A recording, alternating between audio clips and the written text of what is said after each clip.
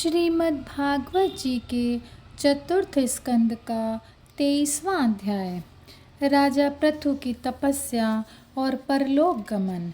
श्री मैत्रेय जी कहते हैं, इस प्रकार महामनस्वी प्रजापति पृथु ने स्वयमेव अन्नादि तथा पुरग्रामादि सर्ग की व्यवस्था करके स्थावर जंगम सभी की आजीविका का सुभिता कर दिया तथा साधु जनोचित धर्मों का भी खूब पालन किया। मेरी अवस्था कुछ ढल गई है और जिसके लिए मैंने इस लोक में जन्म लिया था उस प्रजा रक्षण रूप ईश्वर आज्ञा का पालन भी हो चुका है। अतः अब मुझे अंतिम पुरुषार्थ मोक्ष के लिए प्रयत्न करना चाहिए। यह सोचकर उन्होंने अपने विरह में रोती हुई अपनी पुत्री रूपा पृथ्वी का भार पुत्रों को सौंप दिया और सारी प्रजा को बिलखती छोड़कर वे अपनी पत्नी सहित अकेले ही तपोवन को चल दिए। वहाँ भी वे वानप्रस्थ आश्रम के नियमानुसार उसी प्रकार कठोर तपस्या में लग गए जैसे पहले गृहस्थाश्रम में अखंड व्रत पूर्वक पृथ्वी को विजय करने में लगे थे। कुछ दिन तो उन्होंने कंदमूल फल खाकर बिताए, कुछ काल सूखे पत्ते खाकर रहे, फिर कुछ पखवाड़ों तक जल पर ही रहे और उसके बाद केवल वायु से ही निर्वाह करने लगे। वीरवर पृथु मुनिवृत्ति से रहते थे। गर्मियों में उन्होंने पांचाग्नियों का सेवन किया।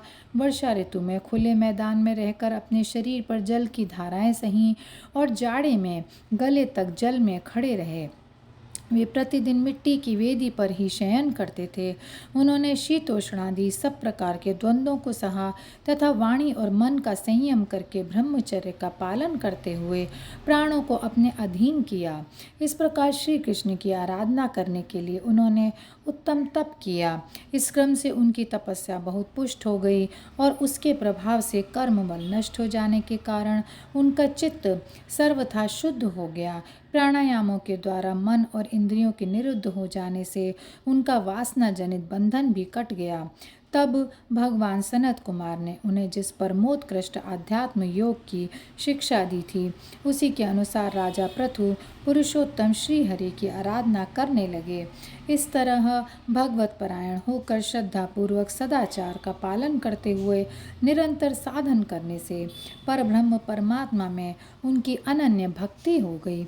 इस प्रकार भगवद उपासना से अंतःकरण शुद्ध सात्विक हो जाने पर निरंतर भगवत चिंतन के प्रभाव से प्राप्त हुई उस अनन्य भक्ति से उन्हें वैराग्य सहित ज्ञान की प्राप्ति हुई और फिर उस तीव्र ज्ञान के द्वारा उन्होंने जीव के उपाधिभूत अहंकार को नष्ट कर दिया जो सब प्रकार के संशय विपर्यय का आश्रय है।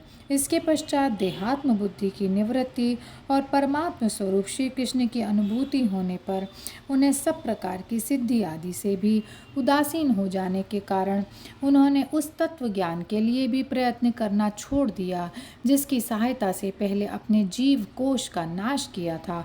क्योंकि जब तक साधक को योग मार्ग के द्वारा श्री कृष्ण कथामृत में अनुराग नहीं होता तब तक केवल योग साधना से उसका मोह जनित प्रमाद दूर नहीं होता, भ्रम नहीं मिटता।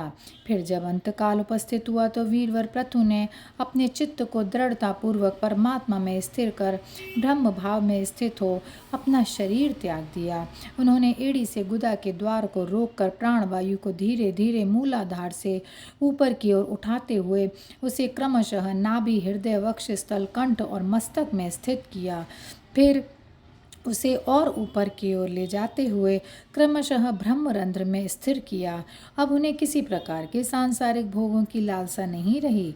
फिर यथा स्थान विभाग करके प्राणवायु को समष्टि वायु में, पार्थिव शरीर को पृथ्वी में और शरीर के तेज को समष्टि तेज में लीन कर दिया। हृदय आकाश आदि देहावच्छिन्न आकाश को महाकाश में और शरीरगत रुधिर आदि जलीय अंश को समष्टि जल में लीन किया। इसी प्रकार फिर पृथ्वी को जल में, जल को तेज में, तेज को वायु में और वायु को आकाश में लीन किया। तदनंतर मन को सविकल्प ज्ञान में, जिनके अधीन वह रहता है, उन इंद्रियों में, इंद्रियों को उनके कारण रूप तन्मात्राओं में और सूक्ष्म भूतों तन्मात्राओं के कारण अहंकार के द्वारा आकाश, इंद्रिय और तन्मात्राओं को उसी अहंकार में लीन कर अहंकार को महतत्व में लीन किया। फिर संपूर्ण गुणों की अभिव्यक्ति करने वाले उस महतत्व को माया उपाधिक जीव में स्थित किया। तदनंतर उस माया रूप जीव की उपाधि आदि को भी उन्होंने ज्ञान और वैराग्य के प्रभाव से अपने शुद्ध ब्रह्म स्वरूप में स्थित होकर त्याग दिया। महाराज पृथु की पत्नी महारानी अर्ची भी उनके साथ वन को गई थीं। वे बड़ी सुकुमारी थीं, पैरों से भूमि का स्पर्श करने योग्य भी नहीं थीं। फिर भी उन्होंने अपने स्वामी के व्रत और नियम आदि का पालन करते हुए उनकी खूब सेवा की और मुनिवृत्ति के अनुसार कंदमूल आदि से निर्वाह किया। इससे यद्यपि वे बहुत दुर्बल हो गई थीं, तो भी प्रियतम के कर स्पर्श से सम्मानित होकर उसी में आनंद मानने के कारण उन्हें किसी प्रकार कष्ट नहीं होता था। अब पृथ्वी के स्वामी और अपने प्रियतम महाराज पृथु की देह को जीवन के चेतना आदि सभी धर्मों से रहित देखकर उस सती ने कुछ देर विलाप किया। फिर पर्वत के ऊपर चिता बनाकर उसे उस चिता पर रख दिया। इसके बाद उस समय के सारे कृत्य कर नदी के जल में स्नान किया, अपने परम पराक्रमी पति को जलांजलि दे आकाश स्थित देवताओं की वंदना की तथा 3 बार चिता की परिक्रमा कर पतिदेव के चरणों का ध्यान करते हुए अग्नि में प्रवेश कर गईं।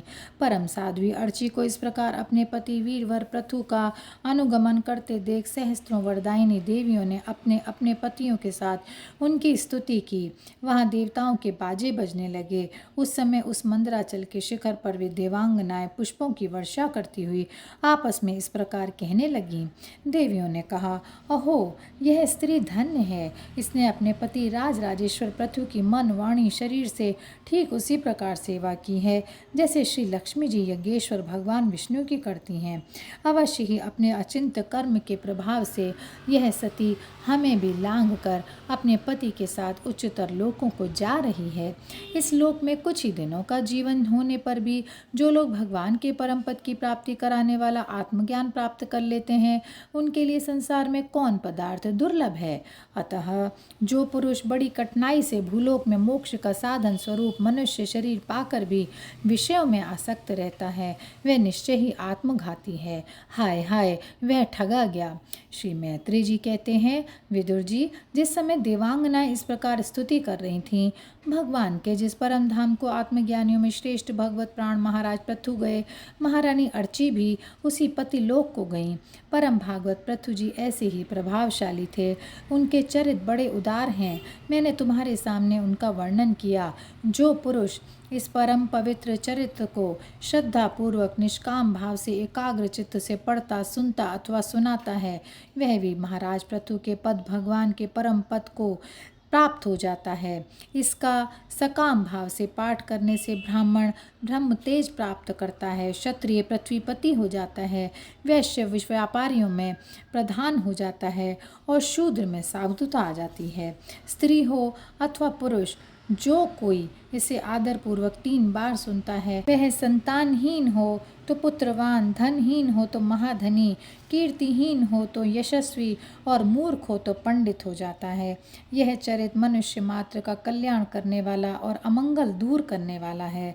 यह धन, यश और आयु की वृद्धि करने वाला, स्वर्ग की प्राप्ति कराने वाला और कलयुग के दोषों का नाश करने वाला है। यह धर्मादि चतुर्वर्ग की प्राप्ति में भी बड़ा सहायक है। इसलिए जो लोग धर्म, अर्थ, काम और मोक्ष की भली भांति सिद्धि करना चाहते हैं, उन्हें इसका श्रद्धापूर्वक श्रवण करना चाहिए। जो राजा विजय के लिए प्रस्थान करते समय इसे सुनकर जाता है, उसके आगे आकर राजा लोग उसी प्रकार भेंटें रखते हैं जैसे पृथु के सामने रखते थे। मनुष्य को चाहिए कि अन्य सब प्रकार की आसक्ति छोड़कर महाराज में विशुद्ध निष्काम भक्ति भाव रखते हुए महाराज पृथु के इस निर्मल चरित्र को सुने, सुनावे और पढ़े। विदुर जी, मैंने भगवान के महात्म्य को प्रकट करने वाला यह पवित्र चरित्र तुम्हें सुना दिया। इसमें प्रेम करने वाला पुरुष महाराज पृथु की सी गति पाता है। जो पुरुष इस पृथु चरित्र का प्रतिदिन आदर पूर्वक निष्काम भाव से श्रवण और कीर्तन करता है, उसका जिनके चरण संसार सागर को पार करने के लिए नौका के समान है, उन श्री हरि में सुदृढ़ अनुराग हो जाता है। और यहीं पर यह अध्याय समाप्त होता है। जय श्री कृष्णा, जय श्री कृष्णा, जय श्री कृष्णा। गोविंद बोलो, हरि गोपाल बोलो, राधा रमण हरि गोविंद बोलो, गोविंद